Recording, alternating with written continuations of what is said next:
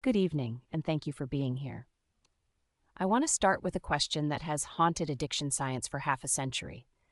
What if everything we've been told about addiction is wrong? In the late 1970s, a Canadian psychologist named Bruce Alexander looked at decades of drug research and saw a glaring flaw, one so obvious that it would change the conversation forever. Tonight we're going inside the Rat Park experiment. What it was, what it proved, why it's controversial, and most importantly, what it demands of us right now. Because this isn't just a story about rats, it's a story about the cages we've built for ourselves. Here's our roadmap for the next several minutes. We're going to walk through the conventional wisdom that dominated addiction science, then meet the man who dared to challenge it. We'll go inside the experiment itself. Two worlds, same drug, radically different outcomes. Then we'll confront the data honestly, face the criticism head-on, and land on why this nearly 50-year-old study has urgent implications for how we treat addiction today. This is an argument, so I invite you to track with me and decide for yourself by the end. Let's start with the cage. For most of the 20th century, addiction research had a standard setup. Take a rat, put it alone in a small bare metal box, Skinner box style, and give it 2 bottles. One contains plain water, the other is laced with morphine or cocaine. Then you watch what happens. The results seemed clear and devastating. The rats went for the drug-laced water relentlessly, often consuming lethal doses. This became the scientific foundation for the chemical dependency model. Now let's unpack what was really happening in those experiments. The typical setup was stark.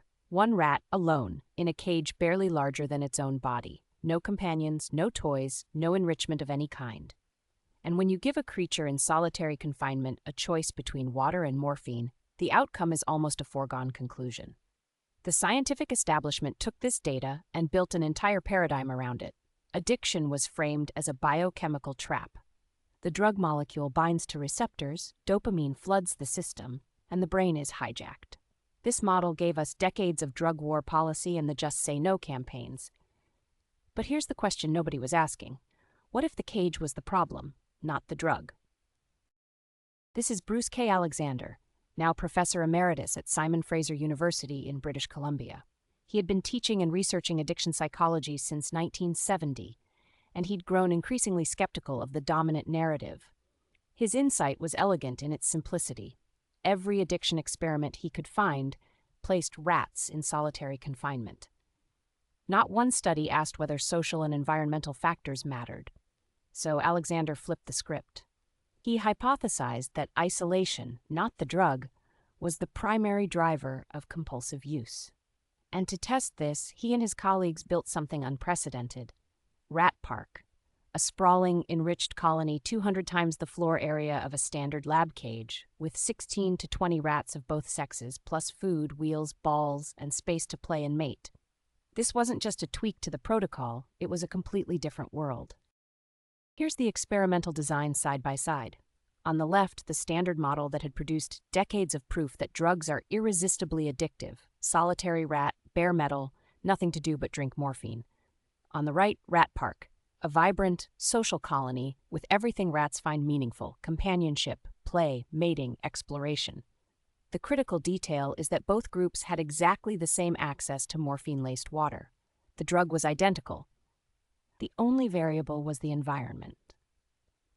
Alexander was testing a bold proposition.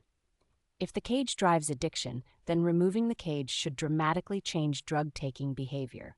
The results would either confirm the chemical model or shatter it. Now let's look at what actually happened, and this is where the story gets remarkable. Rat Park was 200 times larger than a standard cage. It housed 16 to 20 rats together in a social colony. And when these rats were given the same morphine-laced water that had proven irresistible to isolated rats, something extraordinary occurred. They overwhelmingly chose plain water. Consumption of morphine in Rat Park was dramatically lower, in many cases approaching 0. And here's the statistic that should stop us cold. There were 0 overdose deaths among the Rat Park rats. Meanwhile, isolated rats in standard cages kept consuming massive doses, with fatal overdoses a regular occurrence. Same drug, different world, completely different outcome. The chemical model was in trouble. So, what does Rat Park actually teach us? The takeaway is both simple and radical. Addiction is not fundamentally about the drug, it's about the conditions that make the drug appealing. When rats had community, purpose, stimulation, and social bonds, morphine lost its grip. Even rats already physically dependent on morphine reduced their intake when their environment improved. This flips the entire addiction conversation on its head. Instead of asking what's wrong with the addict, we should be asking what's wrong with the world the addict lives in. Dr. Gabor Mate, who later popularized these findings, put it perfectly. Don't ask why the addiction, ask why the pain. The drug is a symptom, the cage is the cause. Now I owe you intellectual honesty, and Rat Park has genuine critics. For all its elegance and emotional power, the experiment has a complicated scientific legacy that we need to examine. Replication has been inconsistent. Some critics argue Alexander oversold the implications, and that the popularized version of Rat Park, the one that's gone viral in TED Talks and best-selling books, oversimplifies a complex reality. Let's give the critics their due. Let's take these criticisms seriously. In 1996, a replication attempt found that enriched housing rats actually consumed more morphine than isolated ones, the exact opposite of Alexander's findings. That's a problem, and it means Rat Park isn't the clean, undisputed triumph that popular accounts sometimes suggest. Critics also point out that Alexander has, at times, blurred the line between scientist and activist, using the Rat Park narrative to advocate for sweeping social change in ways that may outpace what the data can support. Johann Hari's book, Chasing the Scream, and Dr. Mate's widely shared talks compressed Rat Park into a memorable slogan: the opposite of addiction is connection. And while that's powerful rhetoric, it's also a simplification. Real addiction science is messier. Environment matters enormously, but so do genetics, trauma history, drug potency, and access. The truth is neither pure chemistry nor pure sociology. It's an interaction. So where does that leave us? Not with an oversimplified slogan, but with a profound reorientation. Rat Park, for all its scientific imperfections, exposed a truth that we ignore at our peril. When you strip living beings of connection, purpose, and community, drugs become an escape, not a hijacking, but a rational response to unbearable conditions. The critics are right that neurochemistry matters, that genetics play a role, and that the experiment doesn't replicate perfectly. But the core insight endures. If you want to fight addiction, you have to fight the cages people live in. That means funding community, rebuilding social bonds, treating trauma, and asking harder questions about the environments we've created. Bruce Alexander didn't just run an experiment on rats, he held up a mirror to human society.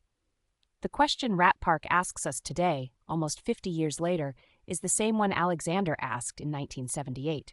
What kind of cage are we building, and who gets to live in Rat Park?